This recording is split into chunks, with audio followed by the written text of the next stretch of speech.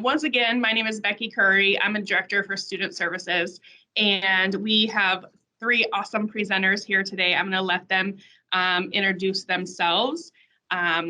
They will give us a presentation around operations and facilities, and then at the end, we will have some time to ask some questions, give some feedback, some comments, ideas, and we'll ask a couple things. We want to make sure that we capture all the ideas that are spoken here. So because there's a decent amount of people in the chat room here, we want to make sure that you kind of hold your place in line for who's asking questions next. So you'll either just put a comment or you can put the whole question and I'll read that to the presenters, or just hold your place in line there and you can ask your question. So we'll do that at the end of the presentation, and then we'll document all of those, and you'll find answers to that in subsequent FAQ documents. So let's get started with our introductions.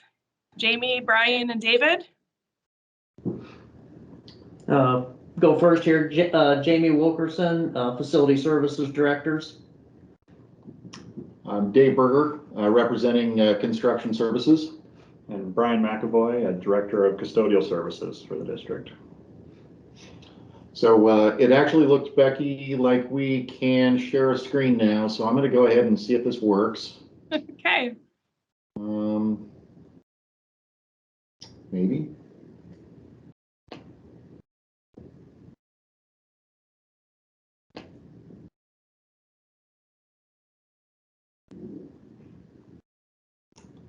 Let's see here. Yep, I'm seeing your PowerPoint. You can see I bet that? you want to, yep, that's perfect. Perfect. Okay, we'll go ahead and get started then. Like I say, my name's Dave Berger, representing Construction Services this evening. We tried to put together a group that's pretty representative of all of the folks that are going to be engaged in potentially utilizing ESSER dollars. I think we lost our screen again here though, didn't we? I can see ya. Operational enhancements is what I see. You can, okay. Yep. There we go. So anyway, we'll go ahead and get started here. We'll just kind of bounce around a little bit, and as we go from discipline to discipline, we'll each be jumping in here just to try and speak to our particular areas of emphasis. So we'll go ahead and get started here. Let Brian talk a little bit about custodial services and our plans there. Sure. So we wanted to start out with talking about things that we've already done in response to COVID. In the custodial department, a couple of items of note that have taken place over the last school year. We added some supplemental cleaning and disinfection equipment. This was in the form of restroom cleaning machines and some different types of spraying equipment to best optimize time in the disinfection process. Last summer, we applied an antimicrobial coating to as many surfaces in the district as we could, and what that was a coating that made surfaces very unfriendly for microbes to exist on. And the other big initiative was the installation of hand sanitizing stations. Historically, the district utilized disposable pump bottles that would sit throughout the district, and we have installed approximately 5,000 wall-mounted hand sanitizing stations that we have the capability to refill. Jamie? From a facility management perspective, one of the first undertakings was installation of bottle fillers. 35 of them initially start. That number came up so we could ensure that each facility, based on physical layout, had accessible bottle filling stations for staff and students. In multiple story buildings, there were multiple ones added. In single story buildings, they were centrally located to ensure access for everyone within the building. Probably one of the bigger undertakings that we took on was evaluation and review of our ventilation equipment. This was done by district staff as well as a vendor that we brought in. And what this entitled was basically going through all the ventilation equipment for the district and making sure that it ran when it was supposed to run and that it was maximizing the amount of fresh air that it could bring into the building based on the equipment's design. And that was, you know, was quite an undertaking with over 6 million square feet in the district to review. And then also was the purchase of dedicated purification systems. These were HEPA type filters that were purchased for every building in the district could have one in each nursing space and in an isolation space. So in the event that somebody with COVID would be in those spaces, that we'd have the extra effort and ability to purify the air in those spaces. Dave? So from a construction standpoint, the district operates with all of our capital improvement programming on a 5-year planning schedule. This 2021 is actually the first year of our current 5-year plan. So as we were getting into COVID, we were actually just sort of beginning to wrap up our previous 5-year plan. One of the things that we were able to do with that is in wrapping up that previous plan, we were able to add some additional elements to the projects that we were undertaking in terms of providing some additional ventilation in those projects. And as we rolled into this beginning of our current 5-year plan, this plan is actually heavily leveraged towards mechanical improvements as it was. So one of the things that we've done in the course of this is expanded the total scope of our HVAC improvements. So if we were planning on addressing maybe half of the units that have something to do with, or directly have something to do with outdoor air ventilation in a building, we would expand the scope to include all of the units that have something to do with outdoor air ventilation. And then the intent is to roll that forward through the remainder of our projects that are scheduled over the next 5 years. One of the other things that kind of tied in directly with that was the accelerated completion. We sort of stacked some things on top of each other, and we'll continue to do so that we can try and get the most bang for our buck as we roll through our various projects. So this next slide is the items looking forward that we would like to consider implementation of. Items in the custodial area would be continuing to add additional cleaning equipment. This would be the same type of equipment that we were able to increase numbers of in the last year.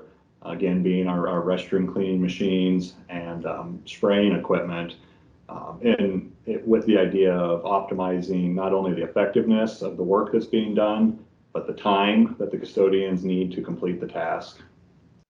Another item would be modernizing our rag and laundry system. Currently, not all buildings have the ability to launder mops and rags.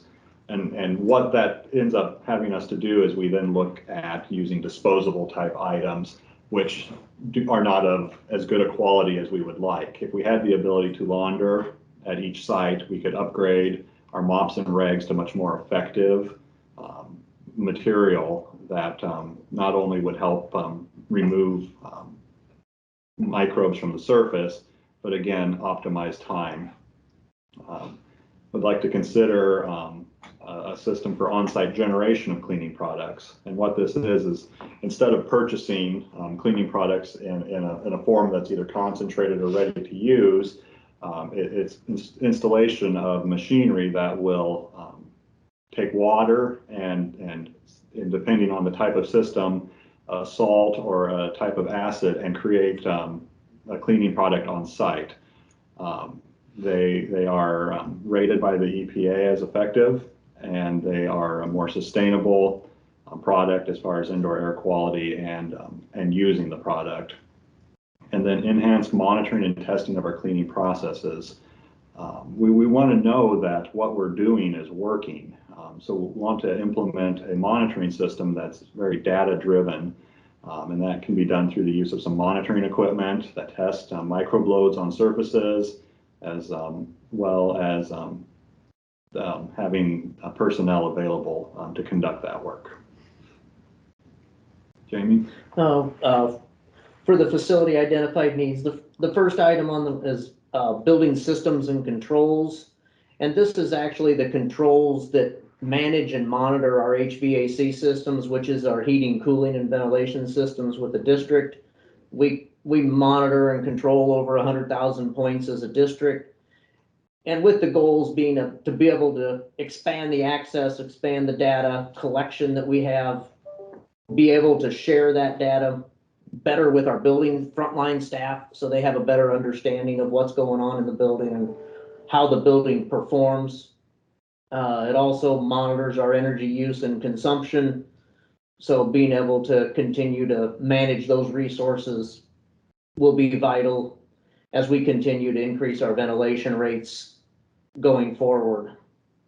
Also, the installation of more bottle fillers, and this is up to 600. This would be actually replacing every district drinking fountain that does not currently have a bottle filler, and expanding that significantly, really making it available so people can get, chilled water touch-free.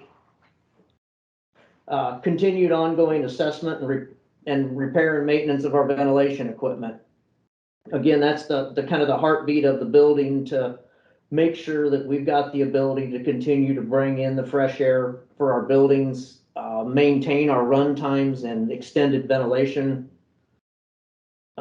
schedules that we have in place currently, and be able to maintain that equipment and keep it functioning at a high effective level. Dave? So I mentioned a little bit about our capital planning projects and how we actually plan for those projects over a 5-year period, and the fact that we have expanded some of that work and brought in more elements specifically related to ventilation. That's something we like to carry through the next couple of years on the projects we have planned. We do have a number of facilities that are already scheduled to be touched by our improvement plan. An example would be summer of 2022. Our original 5-year plan has 9 buildings specifically geared to be addressed from a mechanical improvement standpoint. 2023 has 13 more that are intended to be addressed. Shashank touched on the fact earlier that we really have a limited window in which we can operate when it comes to making facility improvements, certainly large-scale facility improvements. So we don't have an awful lot of time during the summer to do the type of work that we need to do. So what we're really looking at is trying to is accelerate the pace at which we're going to be able to accomplish those projects. Our 2022 and 2023 projects, quite honestly, in order to meet the deadlines that have been established in terms of us being able to design, implement, close out, and wrap up a project in advance of that June to September 24 timeline, we're realistically looking at needing to have 20 plus mechanical projects going at any given time.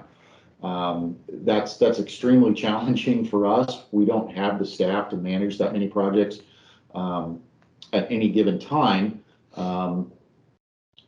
not at least to the level that we would like to be able to manage that. So that's actually where we've sort of expanded off onto this last bullet item here, and that is one of the things we would like to be able to do is better utilize our professional engineers and architects that we work with to be able to utilize their skills and help us manage some of these projects maybe a little bit more aggressively than we do presently. We do have an in-house construction management department. We're extremely proud of what we do, and we think that we offer a phenomenal service. But when you start putting so many projects out there, eventually you can only cover so much with the people you have. So that's one of the things we would really like to do, is be able to better utilize the folks we have available to us and put their skills to work and help us get through this big push of work that is really crucial that we do. So this is just sort of a little bit of a breakdown of how we're anticipating over a 3-year period that we would be utilizing some of these funds for facility management, custodial, and construction services. activities. We've already touched on some of these, but in terms of sort of the time scale that we would be following, you'll notice that there's a note about expanded scope of planned capital improvements across all of the years. That is something that we would definitely need to do throughout the course of the life cycle of this particular effort. The cleaning equipment, additional cleaning equipment, that's something that we would want to try and bring in sooner than later so that we can put that to use and be taking advantage of that in our occupied spaces as quickly as possible. The rag and laundry system, again, that's something we would like to put into place as soon as possible, but that's going to take a little bit longer to be able to go ahead and actually roll out and deploy. So that's why you see that rolling out over the 2022 to 2023 timeframe. Bottle filling stations are similar. That's going to take some work. We have an extremely good inventory of where those stations are right now. And I think we have a good plan of what would need to be done, but we would want to make sure that we're able to make sure that we're one, being good stewards of our dollars, that we're getting again sort of the best bang for our buck, and that we're making appropriate expenditures when it comes to actually purchasing those devices. We want to make sure that we're following all the applicable code requirements for procurement. So that's going to push that out a little bit longer. And then the ventilating system review and repair. That's an ongoing thing for us. Historically, the district has had a robust preventative maintenance program for mechanical and electrical equipment, ventilating equipment. This is just sort of pushed us into a new realm where we've had to do more and really expand our services with that. So again, that's something that we would be covering over every year moving forward and continuing on past that 2024 timeframe. That's really just a cultural element of what we will do. Brian or Jamie, you guys want to talk about this a little bit? Sure, I can take this. Kind of as we put together this plan, some of the rationale that helped us get there are recommended best practices, improving learning environments and student experiences, and fiscal responsibility. When we look at best practices, we're looking at governmental agencies, other professional organizations, and industry standardization. This would be things like CDC guidance, EPA guidance. Look to our fellow school districts in the Council of Greater City Schools. Industry standardization would be things, industry standards such as what Green Seal has put together, or the Healthy Green Schools Council. We want to look at all those best practices and help be sure that we too are falling in line with that. Our goal always is to provide the best learning environments, which leads to an improved student experience. So taking this opportunity to continue and focus that work. In doing this, we want to provide healthier spaces and improved occupant comfort levels. All of this work is geared towards mitigating virus spread and creating a healthier space, and as well as comfort level. Not only from a ventilation and air quality standpoint, but just having a space that feels good to be in, like I said, whether that's the air or the cleanliness. And then fiscal responsibility. We want to be sure that these funds are expended in a way that's responsible and that we're optimizing them to their fullest. Phrase best bang for the buck. Getting as much done as possible with this money that will have the longest lasting impact. Some of the connections that we wanted to draw in this were connections to our board goal action plan, as well as the pandemic. Earlier in the presentation, Matt Smith talked through the board goals and the levers that are areas that can affect those things. And the levers we see direct connection to our access, health and well-being, and safety. With the access lever, if students are not healthy and able to come to school, there's an access to curriculum issue there. Health and well-being, again, all these things we're doing are trying to help mitigate virus spread and make the spaces healthier. And then obviously the safety piece falls right there as well. Connections to the pandemic, the pandemic has really shown us the importance of optimizing ventilation, obviously reducing virus transmission, as well as that occupant health and safety.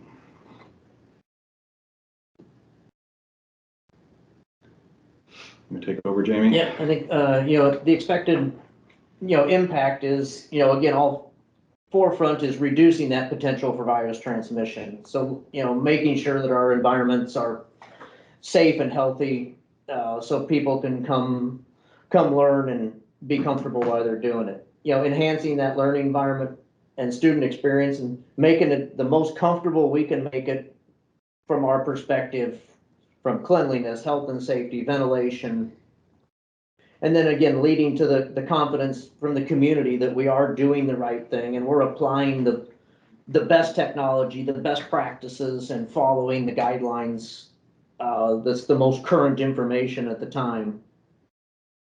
Another thing is preparedness for the future, increasing, having the equipment, having the tools, the mechanical equipment, to have the flexibility to pivot as the health challenges change in the future. And then again, managing our resources and optimizing those, ensuring that we're putting in the best equipment that's going to last for the longest period of time and operate at a high level of efficiency.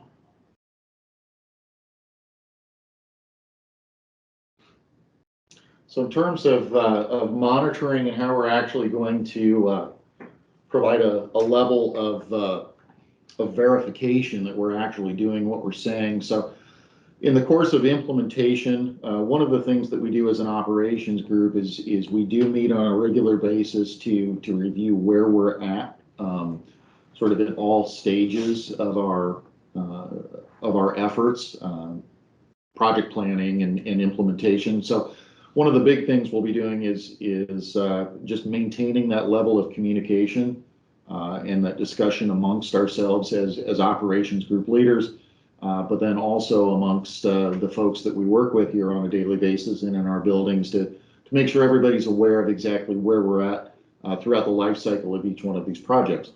And as far as in impact monitoring and actually being able to quantitatively assess the outcomes that we're looking at, the cleaning practices. Brian made a comment, and you could probably speak a little more eloquently than I can on this, but the cleaning practices, certainly a matter of monitoring the rate at which those particular practices are implemented, as well as some of the technologies that we would like to bring in for custodial services, would give us an opportunity to be able to better assess whether or not our cleaning activities are actually reducing viral loads on surfaces and things like that. Indoor air quality parameters. This is something we look at on an extremely regular basis anyway, but there are a variety of different things that we look at. Jamie alluded to the fact that our control system at any given time is pushing and pulling data from over 100,000 points. A lot of those things we're looking at are directly related to indoor air quality. It's things like temperature, humidity, carbon dioxide levels, carbon monoxide levels. We're constantly looking at those parameters and making decisions, or we as individuals in our computer systems are making decisions on how our mechanical systems operate based off that information. And then there's also supplemental investigations that we complete using our staff and consultants and handheld equipment and things like that. But that's one of the things we'll be looking at is actual physical conditions, measurable conditions within our spaces. Fiscal expenditures, where are we spending the dollars? Again, stewardship is a key element there, and we'll be tracking that along the way. One of the things, especially for our construction services activities, is again, as Shashank alluded to, one of the requirements for ESSER 3 is that we all of our work has to follow Davis-Bacon or prevailing wage requirements. So that provides another level of requirements from a fiscal monitoring standpoint that we are expected to do. So that'll constantly be looked at. Attendance rates. That's something that we We periodically evaluate as an operations group anyway, but that's something that we'll be looking at more closely to see, do we have any particular key indicators that would suggest that perhaps there is some type of an issue going on in a building? If we see an uptick in staff or student attendance, absence rates, perhaps that's an indication that we need to be digging a little bit deeper and maybe there are some strategies that need to be employed to make sure that we're back to providing that environment that we want to make sure that we are. And then certainly COVID-19 activity, just simply working with our community partners and public health agencies to make sure that we're fully aware of what the community spread is. Hopefully not a community spread issue, but where we sit as a larger community in terms of COVID-19 presence and activity. So I think at this point, we'll go ahead and wrap up the slides here. I'll kind of kick this back, and by all means, if we can open this up and answer any questions, we would love to do so. Awesome. Thank you guys so much. Oh my gosh, I appreciate all of these things that you guys do to make everything so great for our students, our employees, our community, so much. So thank you for all of those reminders of things you do every day. I see that Mr. Perez has his hand raised. Appreciate that. As with a smaller group, it's not so hard, but I lose track when people have their hands up of what order that happens. So if you could, Mr. Perez, you are going to be coming up first here, but if anybody else has questions, which we invite all feedback, all questions, comments, ideas, everything, please just put something in the chat just to kind of like hold your space to be next. That will help me to make sure I can record all of the great ideas that come up from this. So, Mr. Perez, it's to you. Yeah. Well, first of all, yeah, thank you. Can you hear me? It was a little choppy there for a second, but I think you're in now. Can you hear? Yep. Okay, great. Thank you. First of all, I want to commend the operations team. We've already seen the benefit. We have seen being a beneficiary of a lot of that work that's being done in the building, and it's been fantastic. You can feel it, you can sense it in the building. One of the things that I thought about in being a part of, or as I'm looking at this particular breakout, is that as I'm hearing a lot of the internal dialogue and language of all the things that are being done, one of the things that I think that has to be considered is when you are looking at community, which deals with a lot of myths and a lot of concerns about coming back into a building, not understanding the work that operations are doing right now and how that translates into layman terms for our parents. So when our parents, particularly a lot of them that had students go virtual, wanting to know, hey, we are doing A, B, C, D. We're doing thus and so that would allow you to feel comfortable with coming back, because there is an expression of this to community so that they feel safe. And that's one of the reasons why perhaps we had a lot of our students staying in that virtual stance, was simply because how safe are the buildings and what is being done. And again, I just commend the guys for working that way collaboratively and making it a lot better. I think right now, as we're looking at a rise in sicknesses, particularly in pediatrics, where kids are sitting in ERs right now tonight, not being able to get a bed, and also the alleviation of the normal cycles of pneumonia, strep, and all those other things, seeing that significantly go down in the building because of these upgrades and because of what's happening. But I think the message for communities somehow that goes outside of the DMPS internal bubble, if you will, is letting community know as hey, it's safe. And let me tell you what we've done in this building that can assure that. My second suggestion in terms of this, which would be operations/IT, but one of the things that came out of last year in terms of the pandemic was was obviously getting the hotspots out to students in our areas. There had been talk in community looking at what Microsoft and other IT companies were doing as to the community, at large for internet access. And if we were ever to go into another situation that would cause alarm for us to be outside of the building for any significant amount of time, that perhaps looking at, and I wouldn't know what those structures would look like, but certainly operations would be involved in any installation of IT type, towers or what have you, that would, obviously expand the broadband capacity. As we're looking at the future, if we were to consider going into this, is this something that may be on the radar?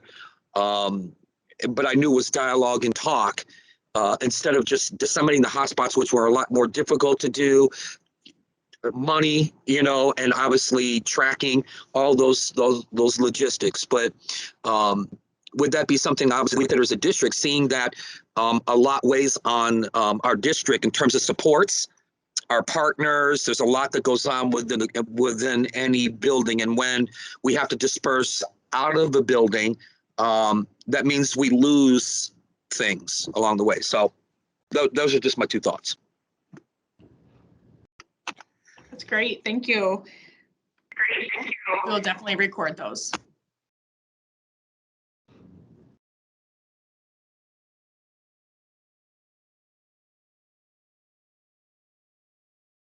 I know there's a lot of voices in this room. Who else had some ideas or some thoughts as they joined us today?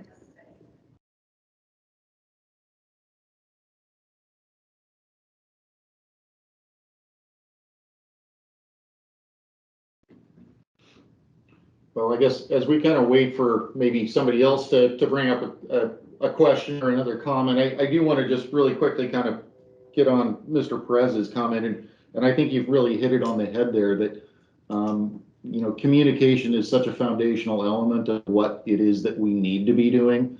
To have you bring that up and to put voice to that is extremely important. I think it's one of those things that we have conversations amongst ourselves here in operations, just as I think we probably all have conversations amongst ourselves within our peer groups, and we talk about those things, but sometimes having that brought to the fore helps, because I think it'll push us to say, okay, what is the best way to actually make sure that people understand that, we're trying to provide the best environment for our students and staff. So thank you for that, and we'll certainly put some effort into trying to come up with some concerted ways to do that.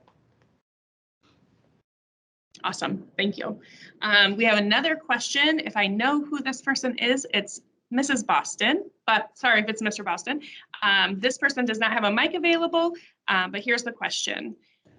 One question pertains to modernizing the rag and laundry system. Given the age of our buildings and the limited space availability, is additional space necessary to accommodate these systems?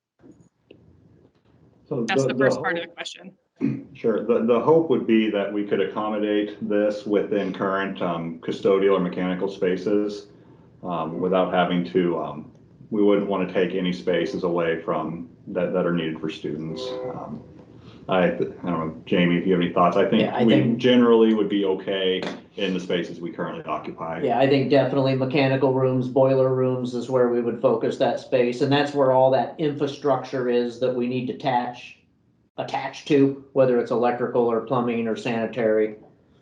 So yeah, I do not see any impact on the educational spaces to accommodate that. And then the second part of that question pertains to custodial services. Will the funds permit additional training for staff? Maybe Shashank could help us with if that's an allowable expense. I don't know, how that would qualify with the state's parameters on approval, but we certainly are constantly evaluating needed training and available training for our custodial staff to be sure that we are always at the forefront with best practices.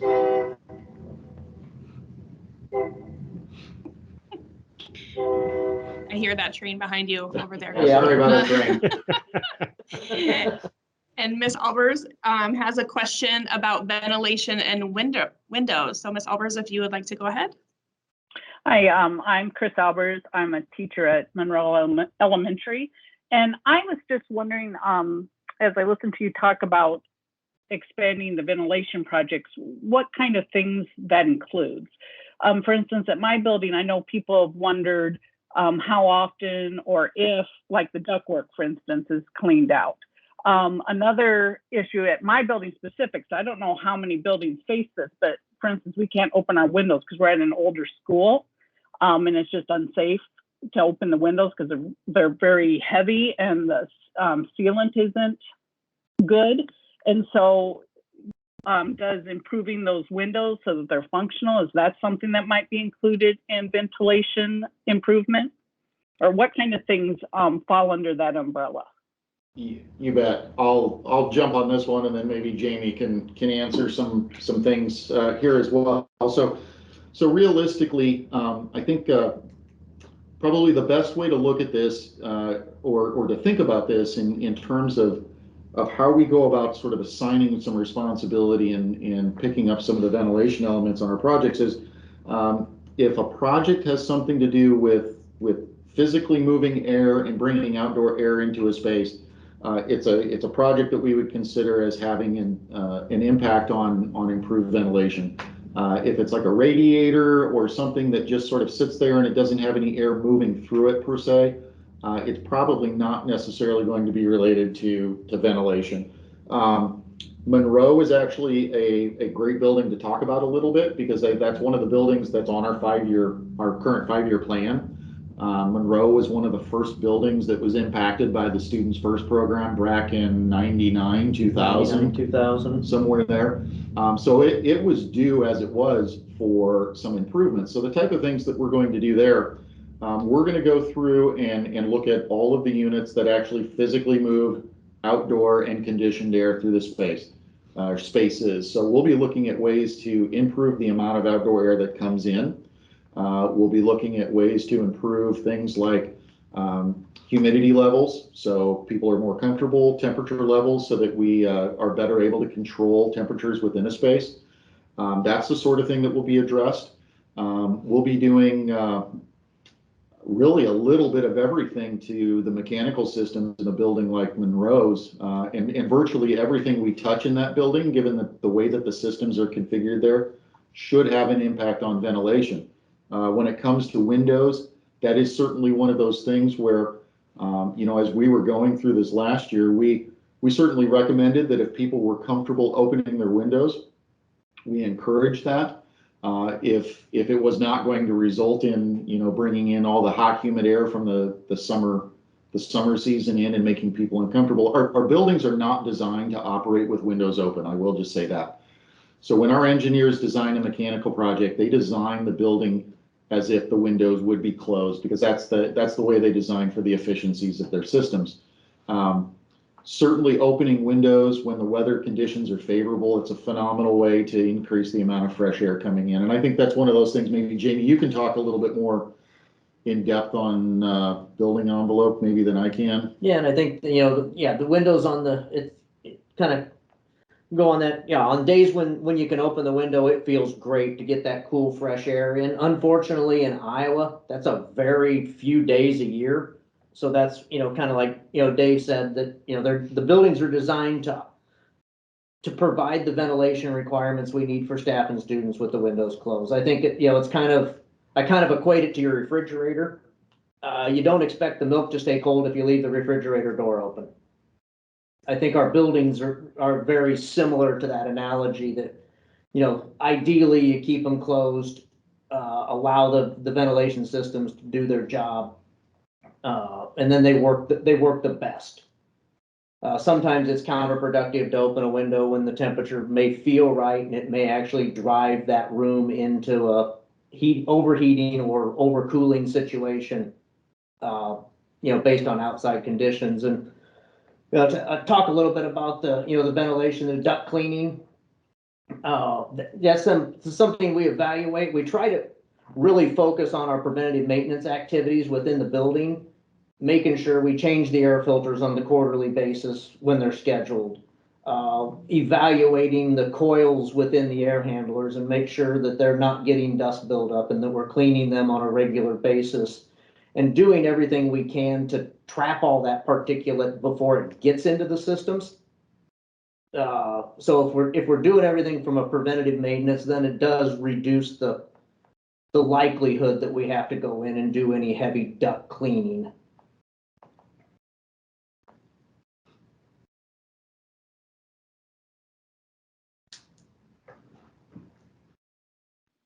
Thank you. One thing I'll just kind of tack onto that as well is, I keep making references to our 5-year plan. And that's certainly something that we want to make people, aware of. We, in our 5-year plan, we do not have large full-scale building renovations scheduled for every facility in the district. It's even with this massive influx of resources that has happened and come our way, it still is not enough to be able to actually touch everything from a financial standpoint. The other thing is there literally are just not enough resources and enough labor in this town for us to be able to do that, even if we could.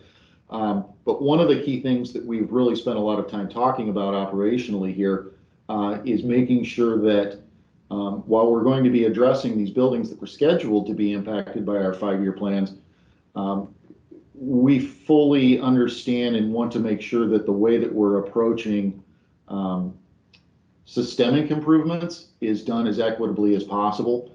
And that's really where Jamie's facilities group and Brian's custodial folks have really done a phenomenal job of making sure that it's a very broad brush that's being used to try and make and maintain these improvements across the district. So we're doing everything we can to make sure that we're not overlooking any segment of our student or staff population in the course of these activities.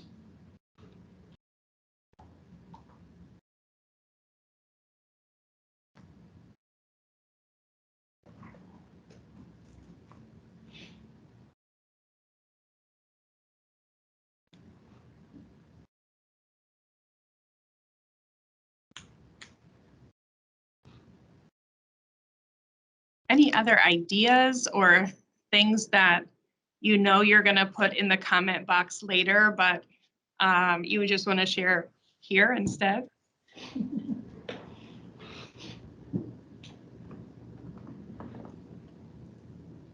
Mm. Okay. Is that Mr. Perez? Okay. Yeah, this is my time to get operations and facilities while I can. Question, gentlemen, and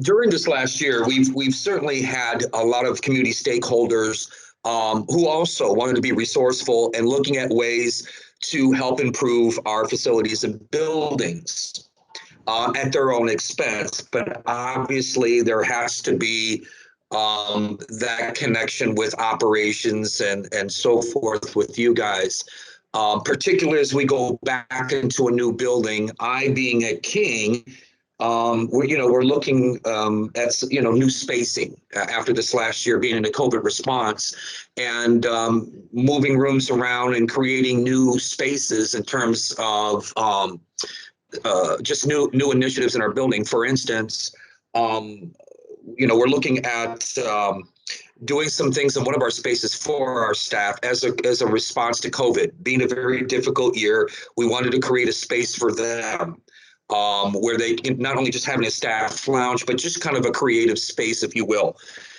And just wondering, what are the protocols in terms of knowing all that you have on your own plan, every building's wish list? What are some things that could be leeways in terms of being able to do certain things within a room, such as if we were to do murals or things of that nature that would just be fresh expressions for a new school year? As you know, we've been out of the building for a while, and there's been an anticipation of getting back in and establishing our spaces within a building. How do you guys see that? And even some of the things that we are looking at with community partners right now, whether they be outdoor basketball, backboards that could be replaced, and, you know, just equipment and things like that. What are the protocols for that in terms of operations? What's doable and what's not doable? Yeah, I think this is Jamie. I'll take this one. I think most of it probably falls in my world. I think that probably the first thing, and I think Dave touched on, you know, and you even touched on it, is communication. You know, letting us know what you want to do. We want to be there to help you. And, you know, as simply as, you know, I don't know if you've seen, you know, around town, the different murals that the buildings have been doing over the course of the last, you know, year and a half. You know, facilities has been highly involved in all those, from helping secure the right materials, making recommendations for the right paint so it'll stick and last. We want your projects to be successful. So I think that's, you know, kind of where we're at from a forefront. You know, again, we gotta make sure we don't break any regulations or, you know, break any rules as we're doing that from a building perspective. But yeah, generally we want to be there to help you. We want to see what we can do to help commit. You know, a lot of the times we won't have the resources, you know, to directly commit, but we can help. You know, we've installed different murals for different buildings. We've provided substrate for them to paint on, and it does work out. It has worked out well, and I think it'll continue. I know at King, I've been involved in some conversations already about, you know, you talk about your kind of collaborative space, and Renita and I have been working on some stuff already, trying to help her, you know, secure some materials and, you know, be successful where we can help.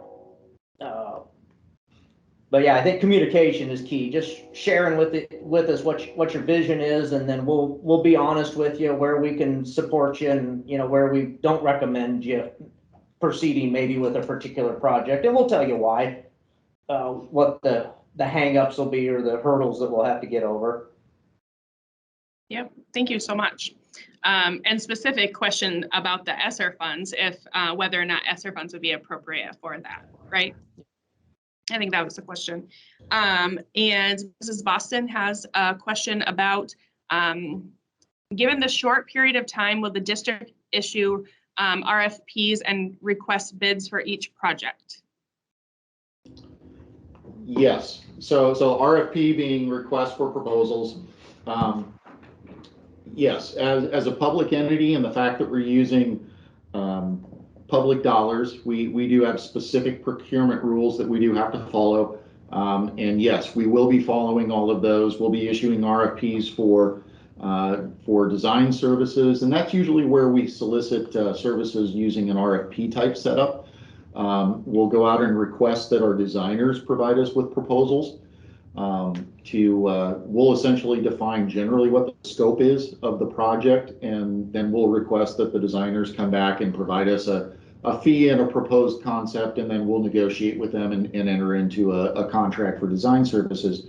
Then once we actually get to the point where we're ready to go to construction, or to solicit services or to procure materials, then we will go ahead and at that point we will, based on what the engineer or the architect estimates to be the value of the project, that's what actually defines sort of what our bid process looks like.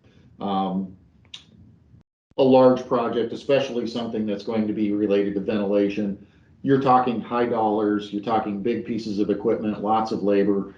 It's well in excess of our current threshold, which is $139,000. If we exceed $139,000 on a project, we have a very particular set of rules we have to follow, with public hearings and going to the board and and how we bid the project. So yes, we will be doing that.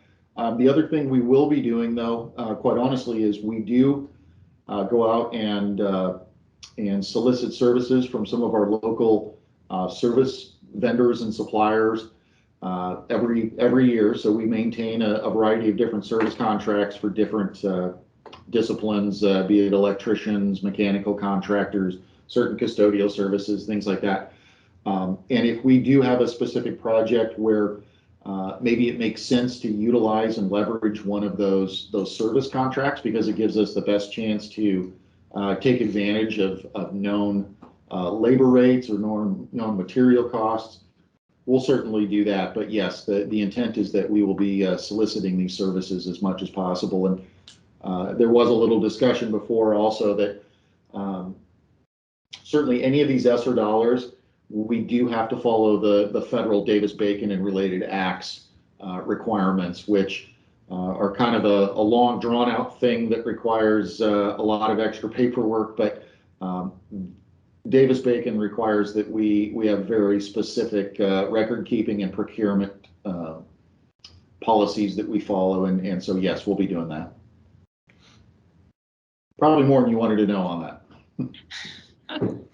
Thank you. And Mrs. Boston, if there are follow-up questions, just add them in the chat to make sure that your questions were answered. Another question is expanded access to building system controls a centralized district function. So I think, currently all our buildings are controlled through the facility management office. So we set the schedules for the operation parameters of the building, temperatures, ventilation rates. Part of the expansion of this is giving the frontline operational chief more of a view and vision and understanding of how their building operates and is maintained, so they can then be able to help us diagnose quicker what's going on locally. So we're not relying on just a couple people back at the central office monitoring the systems, and we're tapping those resources within the building to help in that monitoring and control.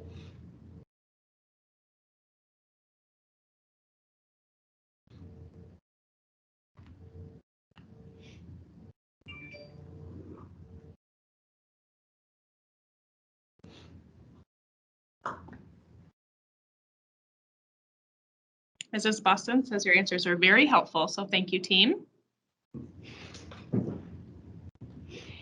And we'll wait a little bit for a few more questions to come in.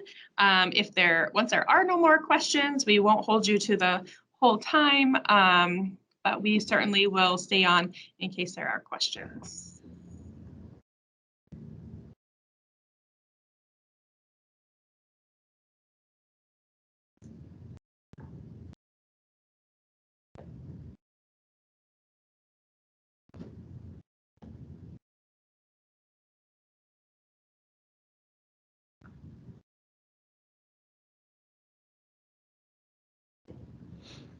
I have really good wait time too as a former teacher. Once teacher, always a teacher, so I can wait.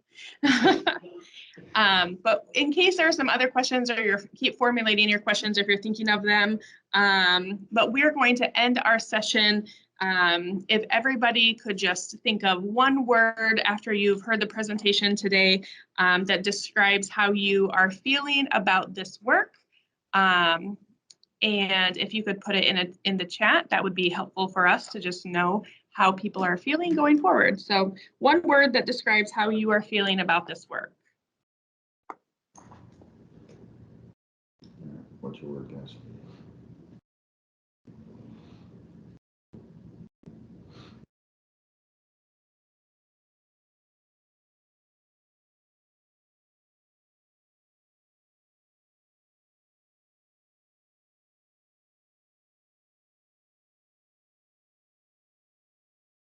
And in case you don't have the chat pulled up, here are some words that are in the chat. Helpful, hopeful, progress, overwhelmed, grateful, motivated, optimistic, thankful, encouraged,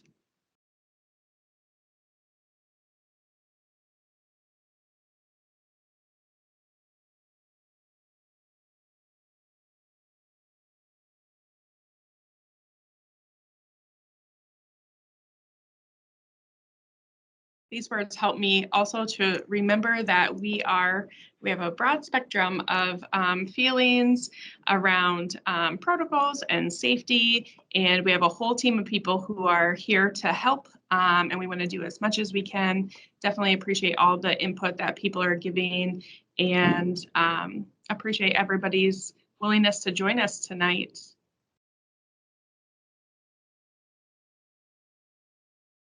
If there's no more questions, we'll just have a soft close. You can just sign off as you are done. If anybody has another question, we'll stay on just in case there's a question. But after a minute or two, we'll end the meeting.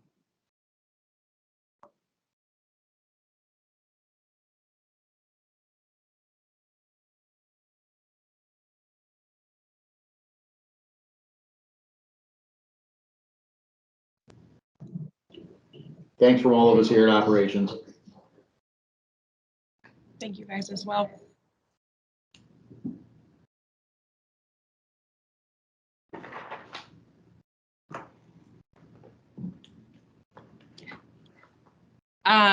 Somebody put in the chat, next steps, complete the survey before October 1st.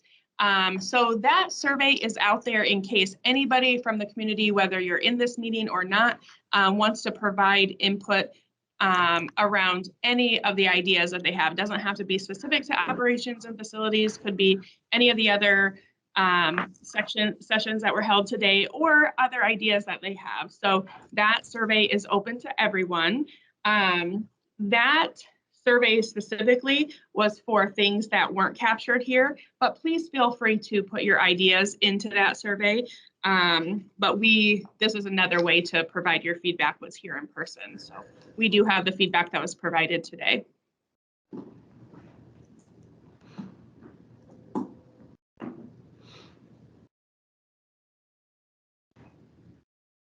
Okay, much appreciated. I will say good night to everybody, and thanks for joining us. Thank you. Hope to see you next time too.